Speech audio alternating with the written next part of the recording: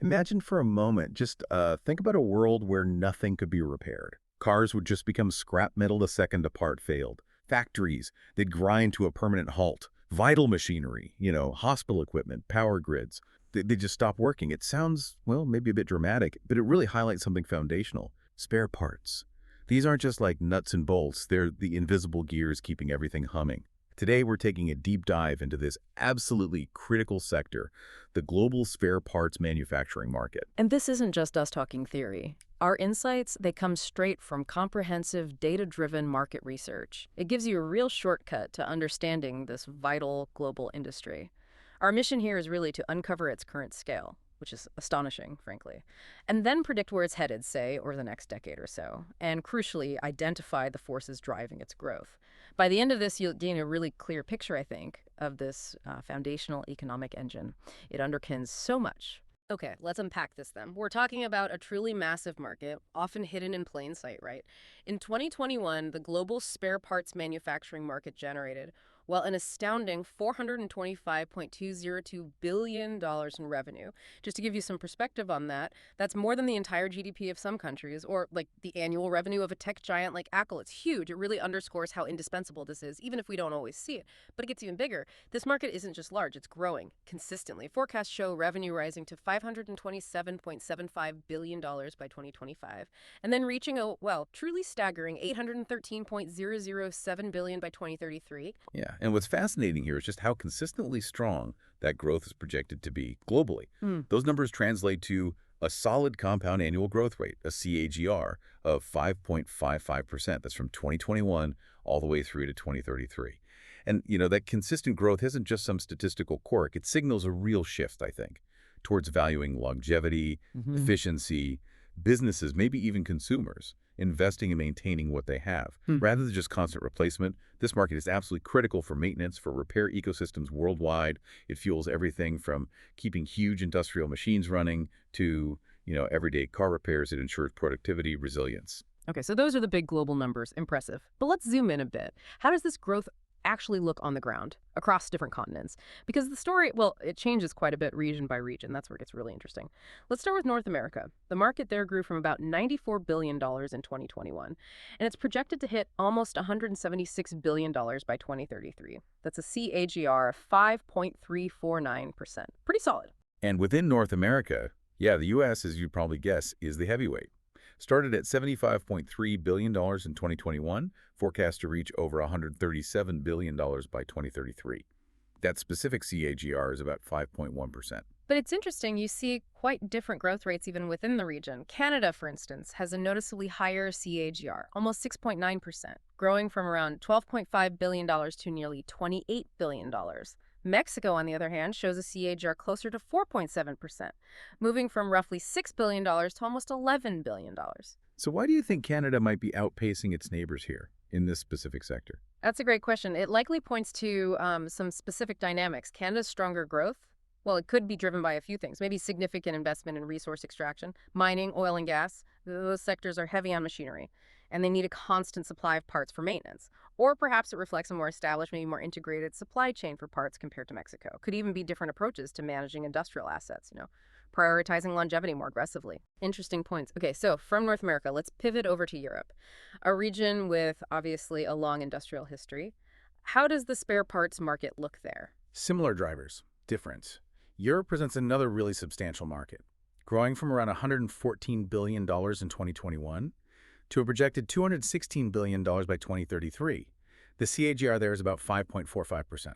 Right. And it's important to remember Europe was actually the largest regional market back in 2021, which just Yeah. underscores its, longstanding industrial base, extensive infrastructure, mature manufacturing.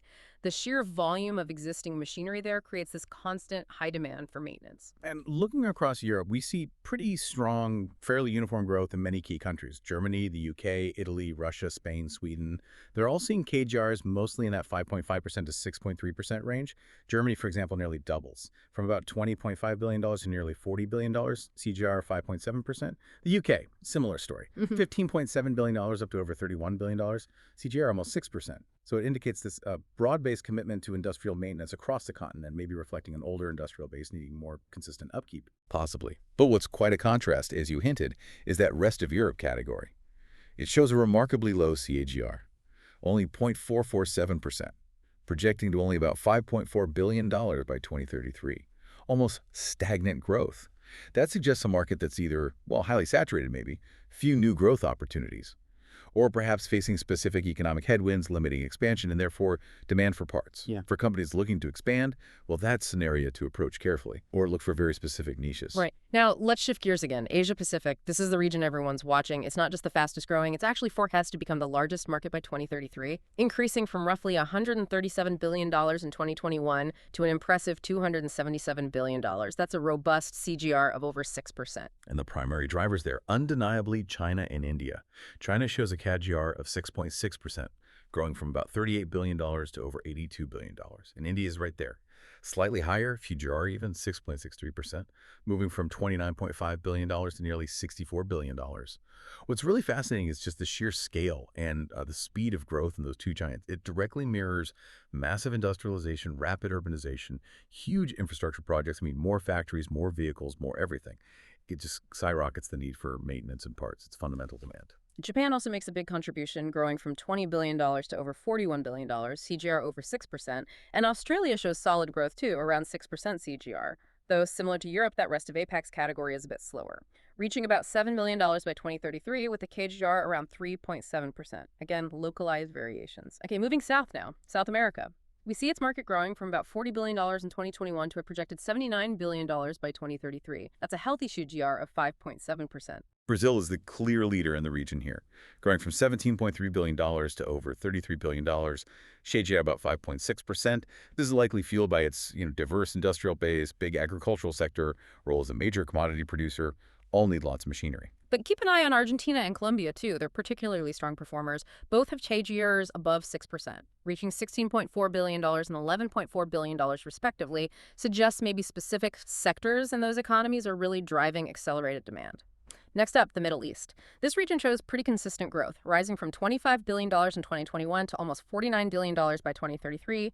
CAGR there is about 5.7%. Yeah, and we can pinpoint several leading national markets, all expanding robustly. Saudi Arabia, CAGR nearly 6%, moving from $7.6 billion to over $15 billion. Turkey very close behind. CAGR also nearly 6%, growing from $5.6 billion to over $11 billion. And the UAE projected to hit almost $8.5 billion by 2033, with an impressive CAGR just over 6%. These numbers really reflect the region's huge infrastructure projects, also diversification efforts beyond just oil and a growing focus on logistics, manufacturing hubs. New industries mean new demand for ongoing maintenance. It follows naturally. Okay, finally, we arrive at Africa, and this presents a really significant contrast, doesn't it? The market here shows only, well, marginal growth, moving from about $14 billion in 2021 to just over $16 billion by 2033. That's a very low CAGR, only 0.848%. What's behind such limited expansion there? It really emphasizes the unique challenges in the region's spare parts market. For instance, South Africa, a major economy on the continent, shows a CAGR of only 1.3%. Growing from $5.4 billion to just $6.65 billion. This slow growth in Africa, despite its vast potential, suggests a few key factors are likely at play. Could be nascent industrialization, where maybe acquiring new equipment is prioritized over maintaining existing assets. We might also be seeing more older equipment, which is harder to maintain, maybe limited access to robust supply chains for parts, or even a larger informal repair market, perhaps. It really points to a need for more foundational industrial development and better infrastructure to unlock the market's potential there. So putting this all together, what does it all mean? The global spare parts manufacturing market is clearly on a solid global growth track, driven by some truly fundamental needs that, well, they aren't going away anytime soon. Precisely. This growth is fueled by a dynamic mix. Rising equipment use worldwide. The simple fact that machinery ages and needs more maintenance over time. Evolving global logistics demands, critical industrial resilience strategies, it all feeds in. It just reinforces the absolutely essential role this market plays in keeping things running. Yeah, think about it for a second. How many unseen pieces of equipment, from your own car to the factories making the products you use every day, they all rely on this often invisible yet incredibly robust industry. It's literally the grease, keeping the world's machinery turning, quietly ensuring things don't just grind to a halt. And this deep dive into spare parts, it really highlights something important, I think. Economic growth isn't always about brand new inventions or flashy tech disruptions. Sometimes, and maybe often most fundamentally, It's about the essential ongoing work, maintaining, extending the life of what we already have. It makes you wonder, doesn't it? What other invisible industries are quietly shaping our economic future? Industries we might be overlooking, perhaps because they're not as glamorous, but are every bit as indispensable. Welcome to the Deep Dive. We're here to sift through the noise and pull out the key insights from loads of information. Today, we're digging into something absolutely vital, but often, invisible. The spare parts manufacturing market. Just think about it for a second. Your car, the factories making everything we buy, even the planes overhead, they all depend on a steady flow of very specific parts to keep running. It's not just about fixing things when they break. It's about keeping our whole industrial world moving. So our mission today is to really get under the hood of this global market. We'll look at what's pushing its growth, the big challenges it faces, and some really interesting trends that are shaking things up for the future. The goal, for you to leave with a really clear picture of why this industry matters so much. Okay, let's jump right in. What are the big engines driving the spare parts market? Why is it becoming so, essential for businesses everywhere? It's fascinating, really. When you look at the core demand, there's just this relentless, growing need for maintenance, both industrial and automotive, all across the globe. You've got more cars on the road than ever, more complex machinery in factories, energy production, mining, you name it. And, well, things wear out. They break down. They need upgrades. So for manufacturers, especially in places like automotive, aerospace, heavy machinery, getting the right spare part quickly is absolutely critical. Critical because downtime costs a fortune, right? Exactly. It's not just about fixing the machine, it's about slashing that expensive downtime, making sure these big, valuable assets last longer, and ultimately cutting down the overall cost of running the operation. Mhm. Honestly, even a few hours of unexpected stoppage can have a massive financial hit. So spare parts, they're like the first line of defense. Makes sense. Keep the current stuff running. Yep. But I hear there's also a big shift happening with parts after the initial sale in the aftermarket. Oh, absolutely. The aftermarket is huge and it's really dynamic. What's happening is both regular consumers and businesses are turning more and more to aftermarket options. Why is that? Just cost. Cost is a big factor, Yeah. yeah, but it's also availability and getting support even after the original warranty is long gone. This whole trend opens up massive opportunities for independent manufacturers or the third-party guys. They get really good at making high-quality compatible parts, sometimes cheaper, sometimes faster, and that, it pushes the original manufacturers, the OEMs, to step up their game too on price and service. Creates a healthier market, really. And it's not just about who makes the part anymore, is it? Technology seems to be playing a massive role now. How's digitalization changing the game here? Oh, it's fundamental. Digitalization isn't just tweaking things, it's reshaping the entire logistics and production side of spare parts. We're seeing things like predictive analytics, IoT, the Internet of Things, and AI moving from buzzwords to actual tools being used right now. So, like sensors on machines telling you something's about to break. Precisely. Imagine factory equipment or even jet engines fitted with sensors constantly monitoring heat, vibration, tiny little changes. All that data gets fed into AI systems that learn the patterns, learn what signals a potential failure. So manufacturers can actually predict, with pretty good accuracy, when a specific part might fail before it actually does. It means they can schedule maintenance proactively. Instead of scrambling when something goes wrong. Exactly, condition-based maintenance, not just reactive repairs. And the benefits are huge. Less waste, manufacturing becomes more agile, you can track parts better, orders get filled faster, supply chains get smarter.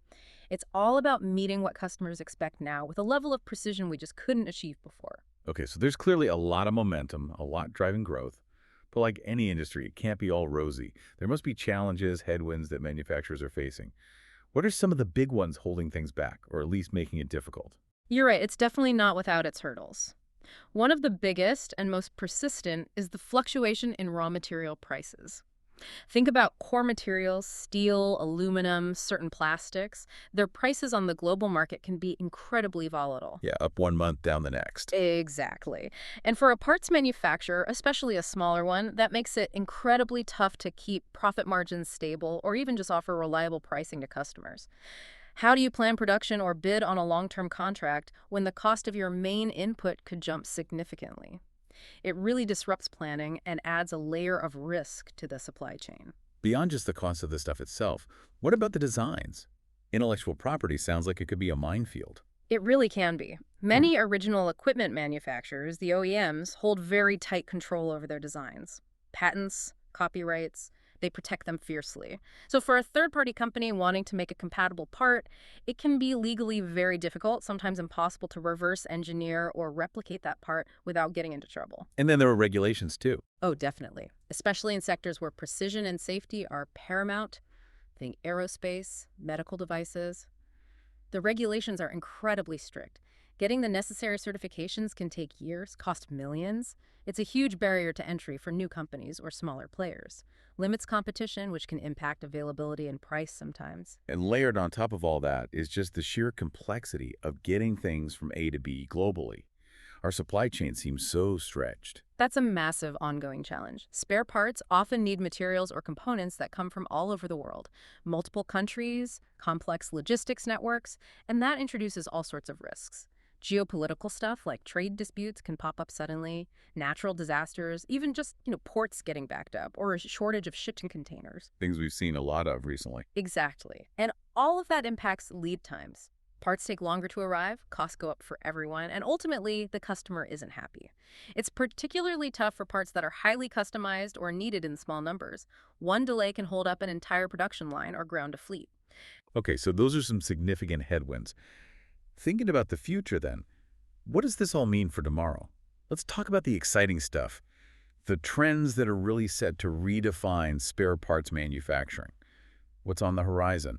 Well, one of the most exciting and I think truly transformative trends is the rise of on-demand manufacturing using 3D printing or additive manufacturing. Ah, 3D printing. I hear about it everywhere. How does it apply here specifically? It's a total game changer, particularly for parts that are needed in small quantities, are highly customized, or maybe even parts for old equipment that are no longer mass-produced obsolete parts.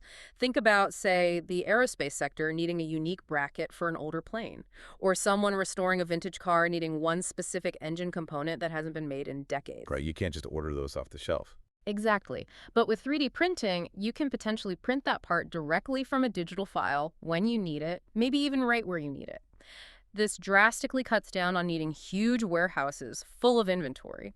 It can slash delivery times, especially for complex parts that would normally need specialized tooling and long manufacturing runs. And that flexibility sounds incredible. And are we seeing other big shifts, maybe towards being greener? Sustainability. Yes, definitely. There's a really strong push towards circular economy ideas in the industry now. It's driven partly by regulations, but also just growing awareness from everyone involved. So much more focus on remanufacturing, on recycling materials, on sourcing things more responsibly. Remanufacturing, so taking old parts and making them new again. Essentially, yes. Instead of the scrapping a worn-out engine component or maybe a piece of industrial machinery, companies are taking them back, disassembling them, inspecting everything, repairing or replacing worn elements, maybe even upgrading them, and then reassembling them to meet or exceed original performance standards, often with a new warranty, too. It massively reduces the need for new raw materials, cuts down energy use compared to making something from scratch. It's good for the planet, and often it's good for the bottom line, too. A win-win. That's great to see. And what about how parts are actually sold? Is the basic model changing too? Buying a part when you need it.